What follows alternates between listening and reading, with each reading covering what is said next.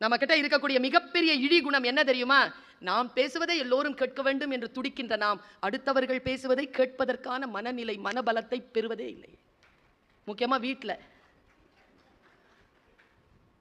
நான் நிறைய ஆண்கள் கிட்ட கேட்டிருக்கேன், ஏங்க உங்க வைஃப் உங்களுக்கு ஃப்ரெண்ட் இல்லையா? எங்க மேடம், பேசினாலே சண்டை வருது, வாயை திறந்தாலே சண்டை தான் மேடம்.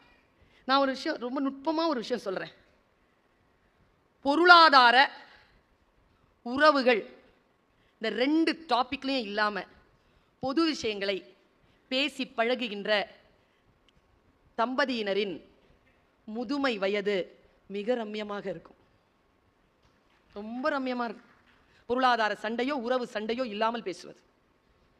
பல நேரங்களில் நான் சொல்றேனே, பேசுறோம்ல, நான் பல தடவை சொல்லியிருக்கேன், பேசுறோம்ல, பெண்களுக்கு என்ன வேணும் தெரியுமா? ஒன்றும் இல்லைங்க, ரொம்ப சிம்பிள்ங்க.